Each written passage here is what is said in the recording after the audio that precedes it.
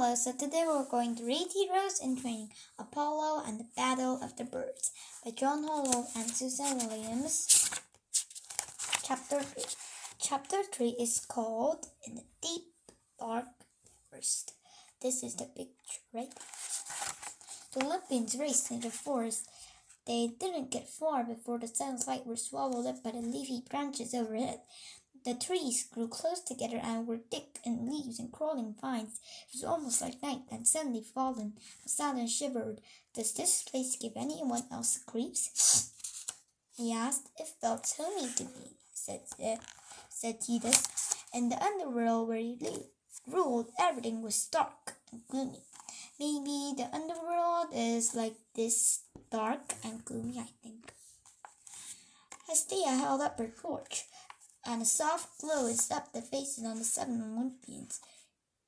"I like this way," he said.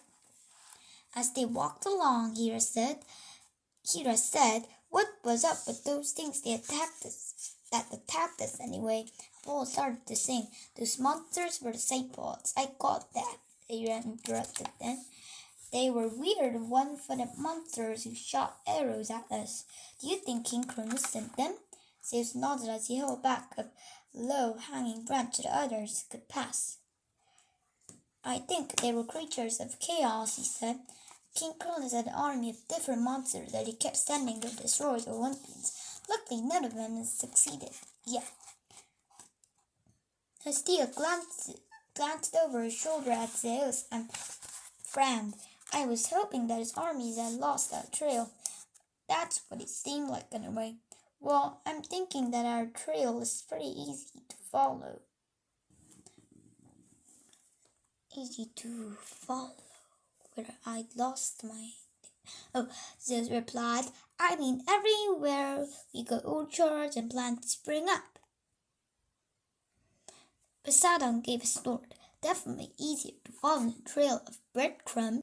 Peter told me to drop a seed in every village we came to," Demeter said, sounding hurt. "I'm just doing what she said, using my magic seeds to help people." "It's the right thing to do," Hestia said from beside her, "and you should keep doing it." Hera was behind them. "I don't know," she said thoughtfully.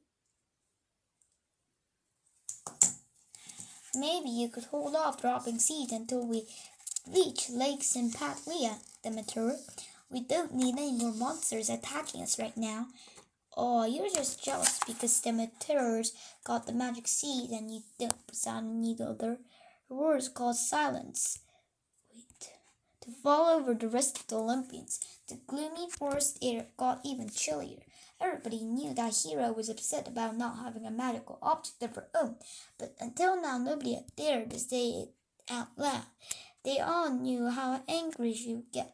All of them except Zeus and Apollo had lived with her in a smelly belly in the giant Titan, King Cronus, for years. But Poseidon could resist teasing his sister. "I'm not jealous of the bunch of stat seeds," Hera said firmly, her voice as cold as ice. "Maybe the Aegis will return out to be your magical object," Hestia said hopefully. "You could wear it over your tunic." Hera made the face. "I don't know. A shield doesn't sound all that exciting to me."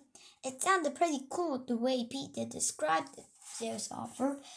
"It has 100 tassels of pearl gold hanging from it." Hera gave him a small smile. "Oh yeah, I forgot about that." Zeus was relieved. It could keep Hera happy. Everybody else would be happy too. "We should pick up our pace," he said. He held up his thunderbolt, which had shrunk to the size of his arm. It glowed with a shimmering white light. "Bolt and Hestia's torch will light our path." "Don't forget Chip," Hera said, holding the stone in her palm.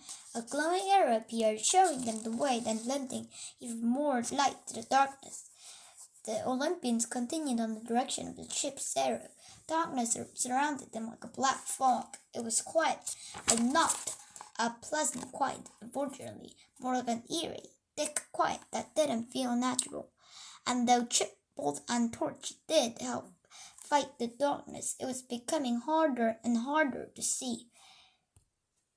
Even so, Zeus could make out Hera in front of him, and Thetis by his side. But the light was cast by the objects weren't strong enough to illuminate the whole group.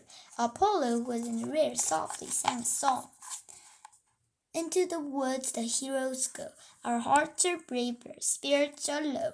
The darkness is black as tar, and we haven't traveled very far. What a depressing song, Hera interrupted. Can you lay off and lie for now? Apollo sighed. Just trying to cheer everyone up. Are you still feeling comfy about this gloomy place? Poseidon asked Thetis. Not exactly, Spreader said. In the underworld it's creepy, and it's also peaceful, I guess. This creepy is something else. It's evil, Hera said, her voice flat. I feel like I'm swimming in evil soup. Zeus glanced up, hoping to see the break in the trees. Instead, they saw something move in the tree branches. He stopped cold. Look, he said, holding both toward the trees. Do you see something moving up there? No, said Astia.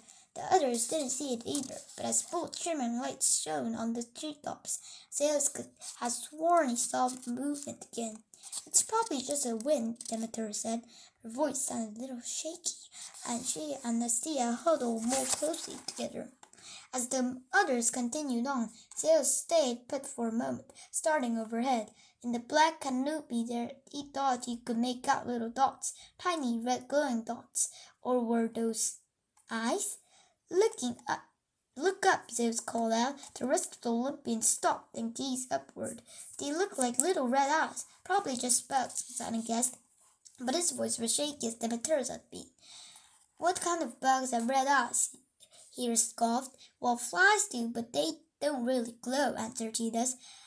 Maybe it's some kind of glowworm. Zeus shook his head.